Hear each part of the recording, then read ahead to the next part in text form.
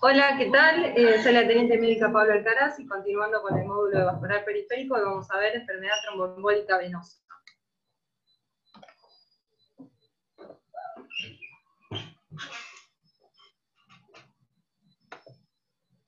Bueno, la enfermedad tromboembólica venosa engloba dos patologías, que es la trombosis venosa profunda y la tromboembolia pulmonar. Se define como la formación de coágulos en el sistema venoso profundo de las extremidades, con más frecuencia de las inferiores, que al embolizarse y llegar a la circulación pulmonar provocan un TEP.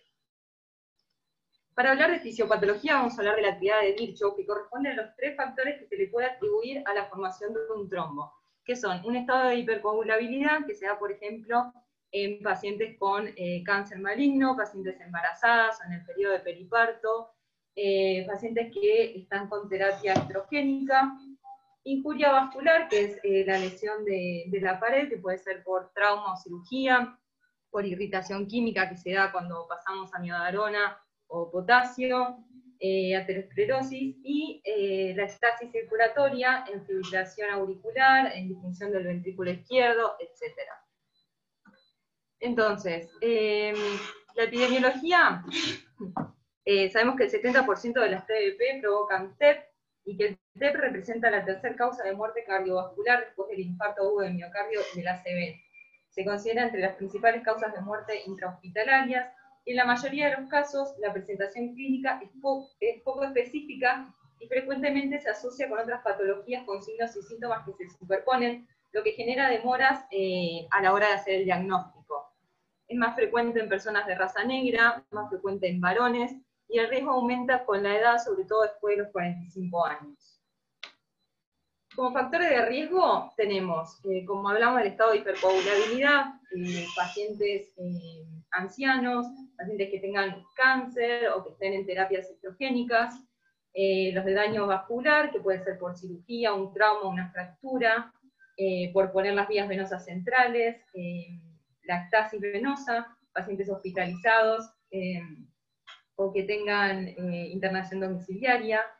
y factores de riesgo hereditarios, como el factor 5 de Leiden,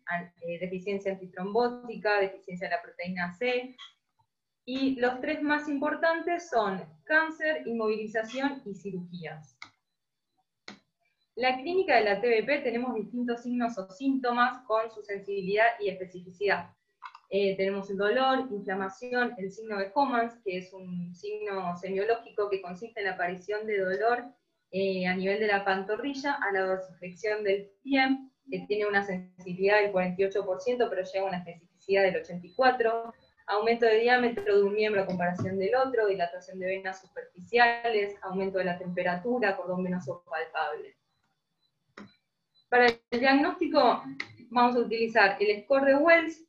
que es un score de predicción clínica para TEP y para TBP, y el dosaje de dímero D, que es un producto de degradación de la fibrina. Entonces tenemos dos tipos de score de Wells, uno para la TBP y otro para el TEP, en donde se le otorga un punto en el de trombosis venosa profunda a cada factor de riesgo que presente el paciente. Y si llega a un puntaje mayor o igual a 2 puntos, decimos que tiene altas chances de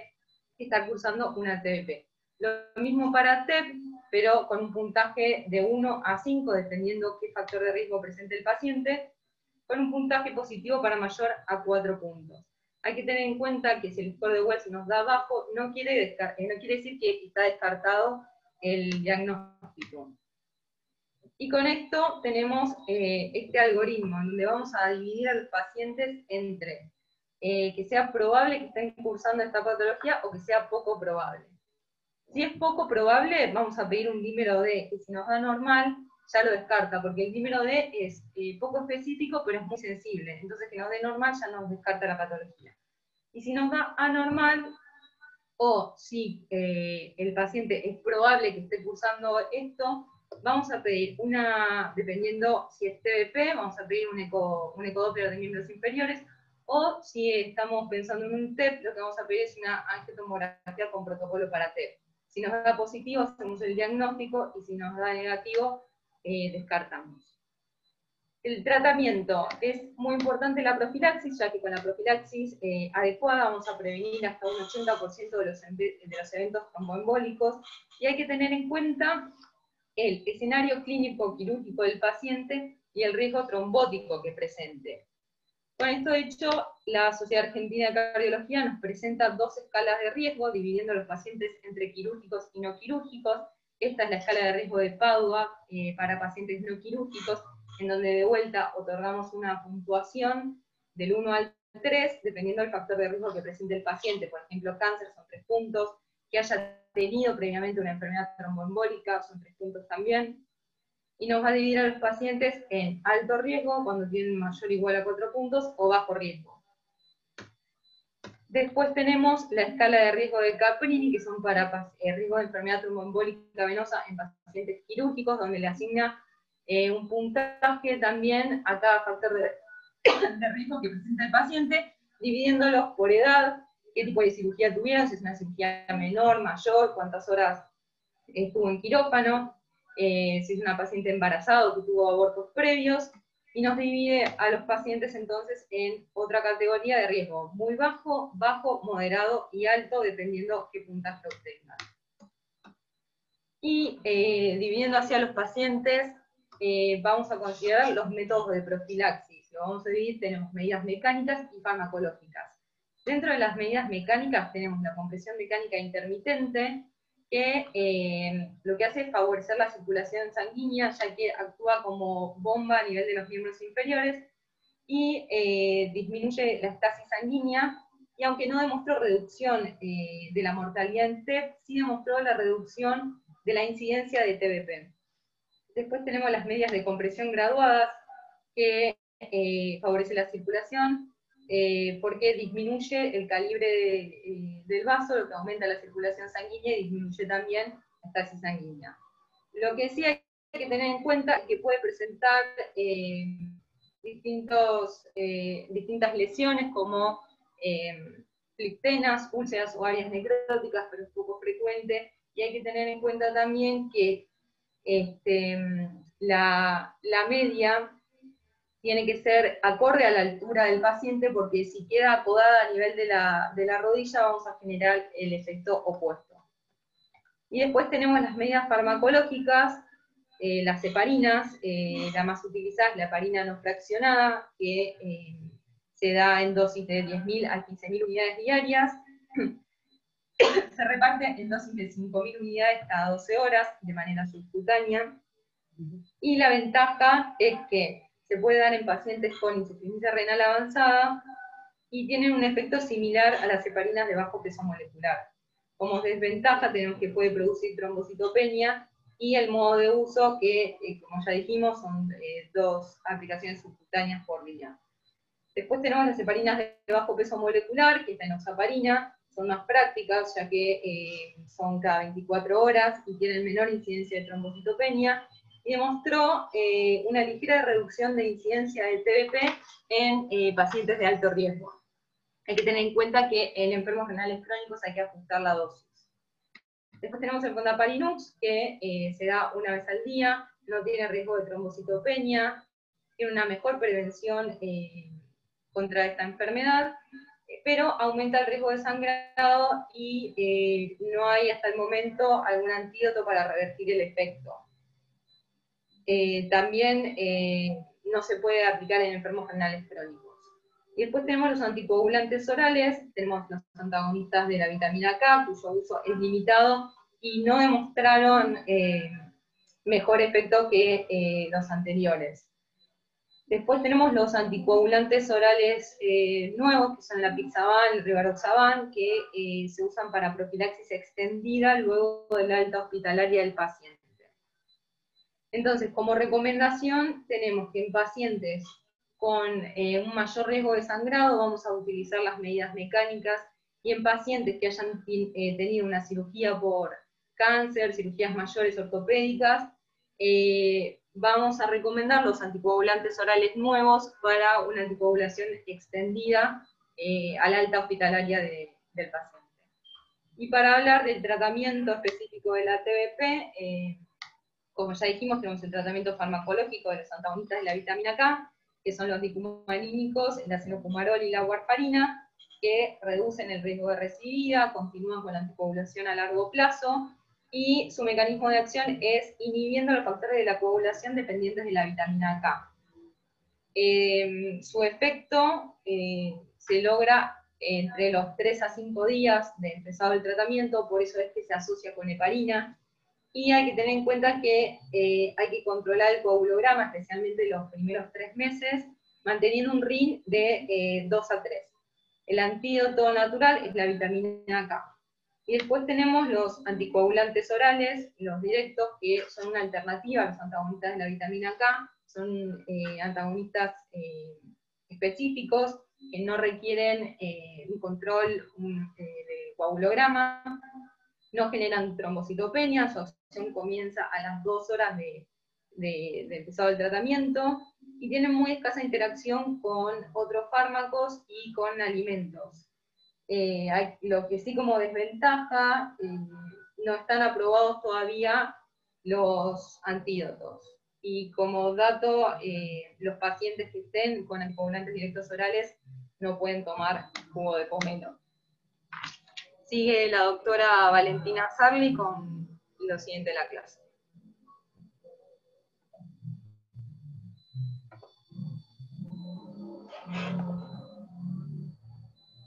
A todos, continuando con lo que es la clase de enfermedad tromboembólica venosa, yo me voy a dedicar a hablar sobre todo de lo que es los siguientes tratamientos de la trombosis venosa profunda, que en este caso como otra opción tenemos el tratamiento endovascular. Y dentro de lo que es el tratamiento endovascular tenemos lo que se conoce como trombólisis dirigida por catéter, que consiste en la administración local de un agente trombolítico directamente en el trombo, lo que va a minimizar la cantidad de dicho agente trombolítico a utilizar, el tiempo de tratamiento de la trombosis venosa profunda y el riesgo de hemorragia, ¿sí?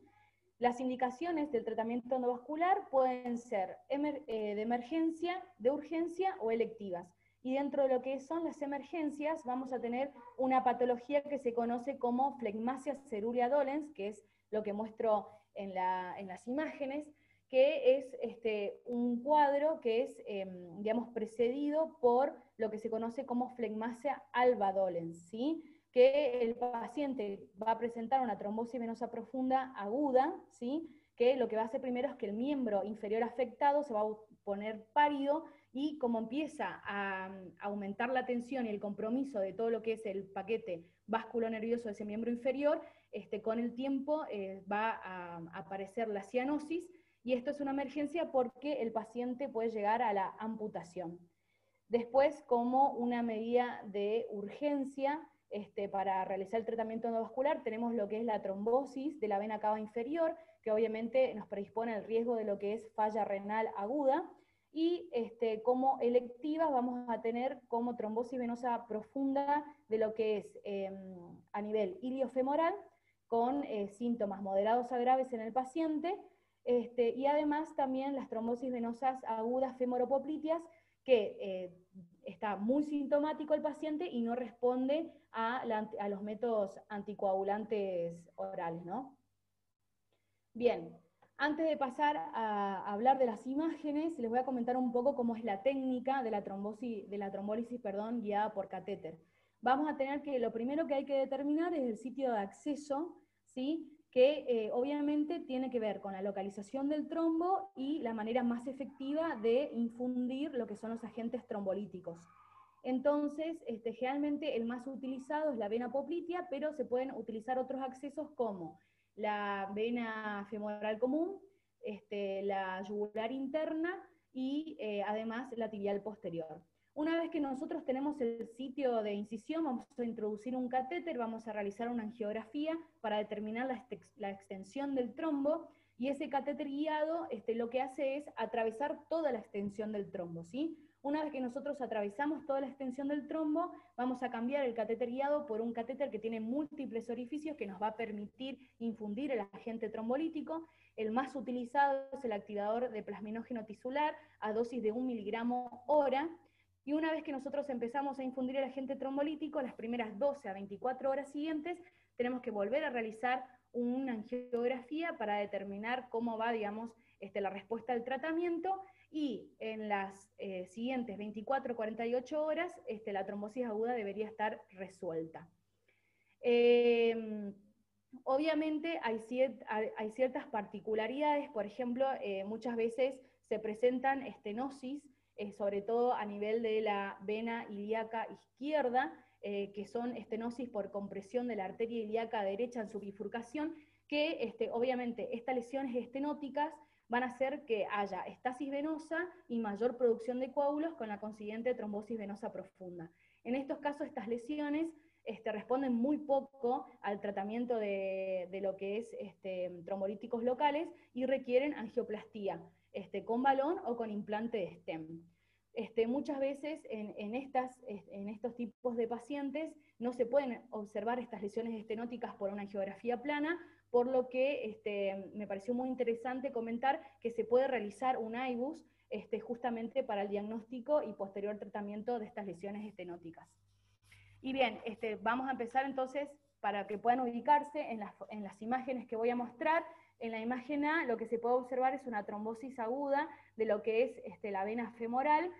con una importante formación de colaterales, que es lo que señala la primera flecha, y en la imagen B se puede observar el catéter que se introduce en la vena, donde al instilar o infundir contraste no se observa ni la vena femoral ni las ilíacas, y lo único que se puede observar, que es lo que muestra la cabeza de la flecha, es la vena femoral profunda. Una vez instaurado el tratamiento trombolítico, van a ver cómo en la figura A se restablece todo el flujo, o sea, ya no tenemos trombo, se restablece todo el flujo a nivel de la vena femoral, ya sea distal y proximal, y en la figura B, ya un poco más hacia arriba, en la parte de la pelvis, se puede observar cómo hay todavía, continúa o hay un coágulo obstruyendo, ¿no?, el paso de la sangre a través de la vena ilíaca, y como se puede observar en la siguiente, se ve la lesión estenótica. De esto es lo que les quería hablar. Estas lesiones es la lesión estenótica por compresión en la vena ilíaca, que en la figura B van a ver cómo se pasa el catéter, mejor dicho, se realiza una angioplastía con balón que tiene muy poca respuesta, y por lo tanto en la figura C se muestra cómo se implanta un stent a nivel de la vena ilíaca,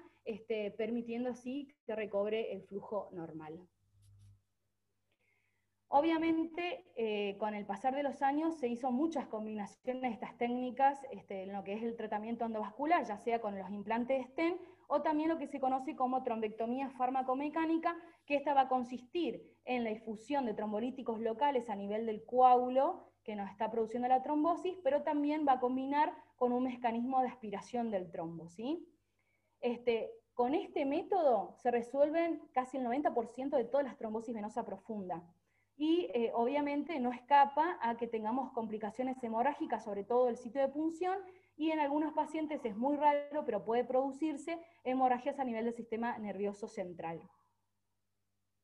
Bien, la trombectomía quirúrgica abierta, bueno, obviamente también se utiliza en trombosis venosa profunda aguda grave, en lo que se conoce, que ya mostré, la flegmasia cerúlea dolens, que hay un compromiso arterial y del miembro, entonces lo que hay que hacer es descomprimir rápidamente el flujo venoso para evitar la pérdida del miembro afectado. Y lo que muestran las imágenes, se realiza una incisión en la ingle con venotomía femoral y trombectomía con catéter de Fogarty, que es un catéter especial que arrastra todo el trombo a su paso, y una incisión distal para el paso de la trombectomía en dirección a las valvas venosas. Como van a ver en la figura A, se puede observar el mismo miembro con flegmasia cerúlea dolens, y en la figura B cómo se realiza tanto la incisión proximal y distal para realizar este procedimiento. Bien, y entrando ya a lo que es enfermedad venotrombótica crónica y síndrome postrombótico, vamos a tener que el síndrome postrombótico es una consecuencia alejada de una trombosis venosa profunda aguda que puede ocurrir a pesar de un tratamiento anticoagulante óptimo. Y el paciente se nos va a presentar alejado obviamente de lo que fue la trombosis venosa profunda, se nos va a presentar con síntomas como dolor, pesadez, calambre, fatiga, parestesias, claudicación venosa, y con signos como edema, varices superficiales, ectasia, dilatación venosa, cianosis, eczema, y obviamente lo que ya conocemos como úlceras venosas. La fisiopatología del síndrome postrombótico, vamos a ver que tenemos dos caminos. Uno es la obstrucción al flujo, que va a predisponer a la reorganización y recanalización del trombo con circulación colateral, y eso va a provocar hipertensión venosa, y a su vez una respuesta inflamatoria aguda con daño de la pared venosa, daño valvular e insuficiencia valvular, que también nos lleva a la hipertensión venosa, que es el punto de partida del síndrome postrombótico. El diagnóstico de síndrome postrombótico se realiza de 3 a 6 meses después de la trombosis venosa profunda aguda, y tenemos la escala de Villalta, que lo que va a hacer es diferenciar entre un síndrome postrombótico leve, moderado a grave, según la calidad y cantidad de síntomas y signos que tenga el paciente. Y me parece importante recalcar que, por ejemplo, la presencia de una úlcera venosa ya nos habla de un síndrome postrombótico grave. Las úlceras venosas, bueno, como ya sabemos, la localización se da generalmente en el tercio inferior y medio de la pierna, en el área supramaleolar interna, los bordes son irregulares, sin una forma definida, tienen poco dolor, aunque la sobreinfección puede aumentar el dolor de las úlceras, generalmente presentan exudado, y lo que es importante, a diferencia de las úlceras arteriales, los pulsos de los miembros van a estar conservados. Los factores de riesgo para presentar este síndrome postrombótico es la edad y el índice de masa corporal como los principales. A mayor edad y a mayor índice de masa corporal, más plausible que nuestro paciente, después de un cuadro de trombosis venosa profunda, presente un síndrome postrombótico. La localización de la trombosis venosa profunda, generalmente se produce este síndrome cuando hay compromiso de las venas ilíacas o de la femoral común, y además, obviamente, si ante el tratamiento queda trombosis residual y hubo un tratamiento anticoagulante insuficiente. ¿Cómo prevenimos el síndrome postrombótico? Vamos a tener como tratamiento anticoagulante óptimo las medidas de compresión graduadas, la deambulación temprana después de una trombosis venosa profunda, y, como ya dije, la trombólisis guiada por catéter, que sería el tratamiento donde nos aseguramos que haya una resolución del coágulo que provoca la trombosis venosa profunda. El tratamiento del síndrome postrombótico son las medidas de compresión graduada, que en la actualidad son las únicas que han demostrado favorecer la resolución de las úlceras venosas cuando las presenta el paciente. Bueno, y antes de terminar, me gustaría hablar un poco de lo que es el síndrome de May-Turner, que es una enfermedad vascular rara que se produce por estrechamiento de la vena ilíaca común izquierda, que corre entre la arteria ilíaca común derecha y la parte inferior de la columna vertebral. Este es un esquema donde justamente se puede ver el lugar de la compresión dada por la arteria ilíaca derecha sobre la vena ilíaca izquierda, y justamente a nivel de esa compresión se va a provocar una estasis venosa y la formación de coágulos con posterior trombosis venosa profunda. Se da generalmente en mujeres entre los 18 y los 50 años de edad, y esto tiene que ver muchas veces con mujeres que presenten obesidad, sedentarismo, tratamiento con hormonas como los anticonceptivos orales. Generalmente este cuadro es asintomático, pero cuando genera síntomas son los propios de la trombosis venosa profunda, con el riesgo obviamente de producir también un tromboembolismo pulmonar. El diagnóstico se realiza a través de ecografía Doppler venoso y arterial, además de una angiografía para ubicar el lugar del trombo y de la estenosis de la vena ilíaca. Y el tratamiento en estos casos es el endovascular con trombólisis local y el implante de un stent en la vena ilíaca común izquierda.